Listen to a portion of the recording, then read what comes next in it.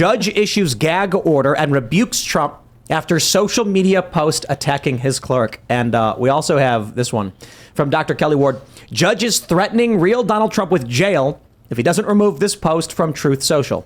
Well, of course, we will highlight that post so you can all know the news. Trump truthed.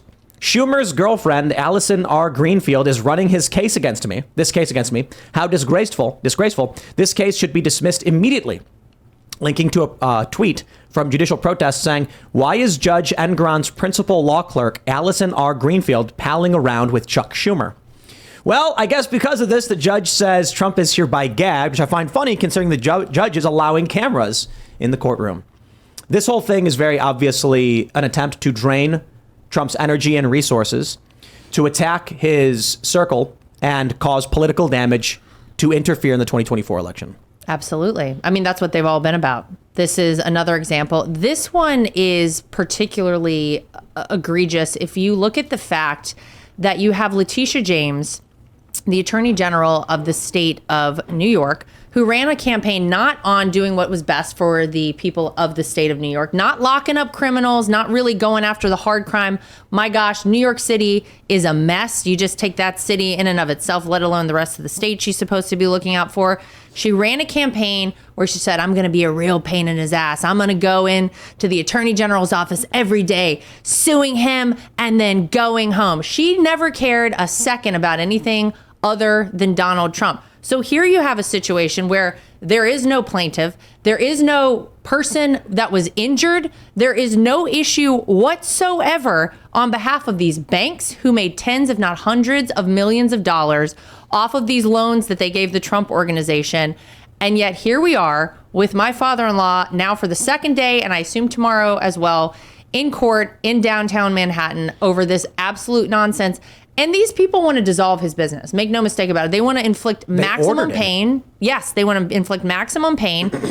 They ordered it. This judge ordered it in a summary judgment before even hearing all the facts of everything when he told everyone Mar-a-Lago's worth $18 million. What an utter joke. And then whenever people said, well, what does that mean? What do you want dissolved? He said, I'm not ready to rule on that yet. It is wild stuff. It is Banana Republic at best. I got to read this quote here. This is too good. The judge said this morning, one of the defendants posted on a social media account a disparaging, untrue, and personally identifying post about a member of my staff. Although I have since ordered the post deleted, and apparently it was also emailed out to millions of other recipients, the judge said in court. Personal attacks of any member of my court staff are unacceptable, inappropriate, and I will not tolerate them. I just love that that Trump emailed it out to everybody just to make sure you got it. Hey, look, you can order someone to delete a post on social media, but once the email is sent, it's sent. Yeah. That's the benefit of using email. I just think it's absolutely absurd that the judge is telling Donald Trump he can't speak. This is unrelated to the trial. When it comes to civil suits, it is unsurprising that there will be gag orders. Right. If person A sues person B, it is normal for the judge to be like, guys, don't disparage each other. Donald Trump is talking about the court. Mm-hmm. I mean, so, maybe someone might advise him not to do it. I just think the judge putting cameras in the courtroom, issuing a summary judgment has already shattered the judicial norms we expect. And this makes no sense. What was the personal attack?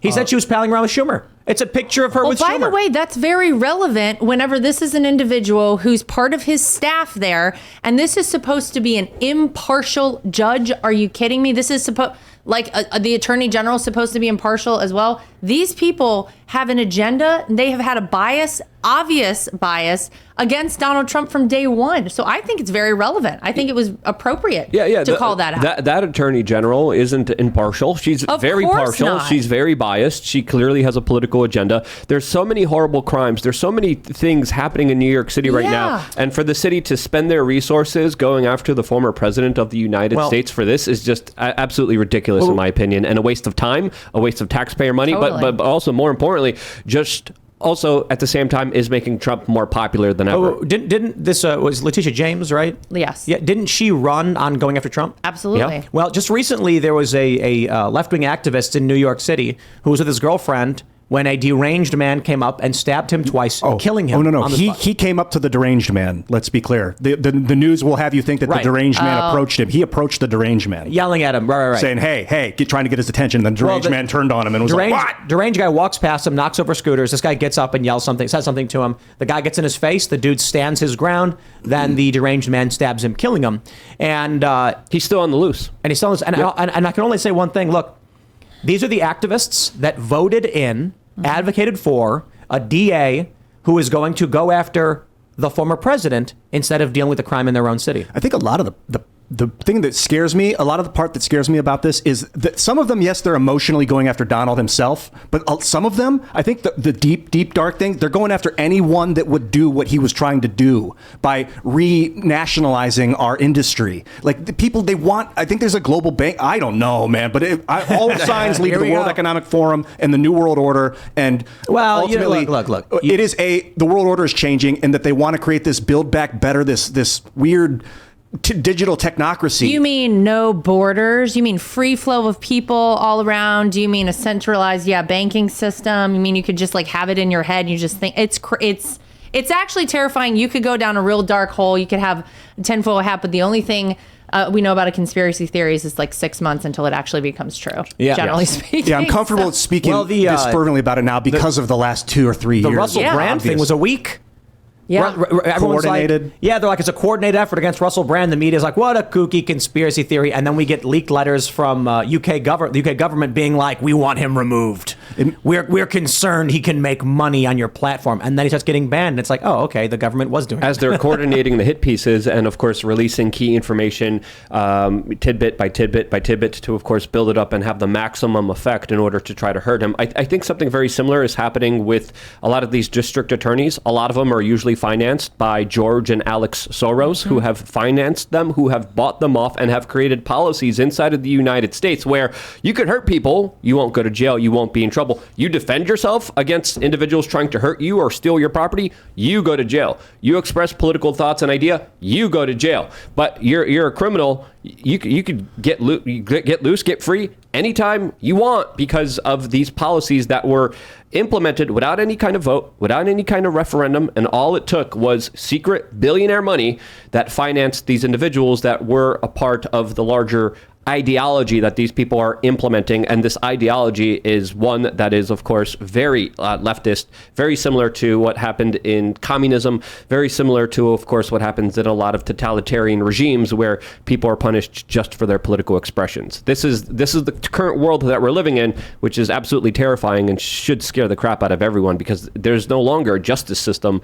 There's a system that uses power to punish people politically. Elon Musk on Twitter, or on X rather, Elon. Are we ever going to call it X? I'm about to. Really? Twix. I like calling it Twitter still. I do it kind of in everyone's jest. like X, also known as Twitter. Sorry to interrupt. exactly. Are we ever going to call it that? Because a lot of people don't know what you're talking about. Exactly. On X. It sounds like ecstasy, like I'm tripping. I'm on X. Everybody's on X. Yeah. Brett Dasovic from Pop Culture is calling it Twix. That's a good one. Well, he said But that's even more confusing to me. Yeah. he actually said the word that George Soros figured out how to do politics through arbitrage, which is basically send a little bit to a lot of places and just kind of buy the system by getting all these local DAs and court. That's what he does. That's crazy. That's know. nuts. What does he do? Through multiple businesses or something? I don't know all the ins and outs of the Soros dynasty and their multi. Well, there's multiple organizations and multiple NGOs and multiple ways that they're just funneling a lot of their money and financing a lot of these woke leftist radicals that are in positions of power and clearly abusing those positions for their own personal benefit. But I keep saying I think we are winning. And by we, I'm referring to the anti-establishment faction, which includes post-liberals, libertarians. I always have to clarify this. You look at today, and one of the Brian Krasenstein, I think it was, just tweeted, "This is a win for Democrats, not Republicans." It was 8 Republicans who sided with Democrats to oust Kevin McCarthy. The Republicans voted to keep him in, and I'm just like, it was a win for the anti-establishment. It's obvious. We knew it was going to be Democrats voting to remove him. And Democrats are looking at it like, I think it's really funny because Democrats should have actually wanted him to stay in. He was cutting deals with them, but they can't. They're politically trapped. Yep. You look at the cultural victories. You look at Matt Gaetz' massive, historic victory today. Anti-establishment is winning. I hope so. There's a quote from Gates. He said something to the effect of, I'm paraphrasing, he said, based on his recent conversations with the former president, he feels like he's doing the right thing. Something to that effect. Not to say that Trump actually told him to do it, but that Matt Gaetz feels confident this is the move that has to be made. I believe it is. I believe it's about time someone stood up to the corrupt mechanisms of Congress. The challenge we face is that for Congress, it is always easier to kick the can down the road instead of ripping the Band-Aid off. And Ron Paul had that famous quote, I'm again paraphrasing, where he said, we got to get out of Iraq and Afghanistan.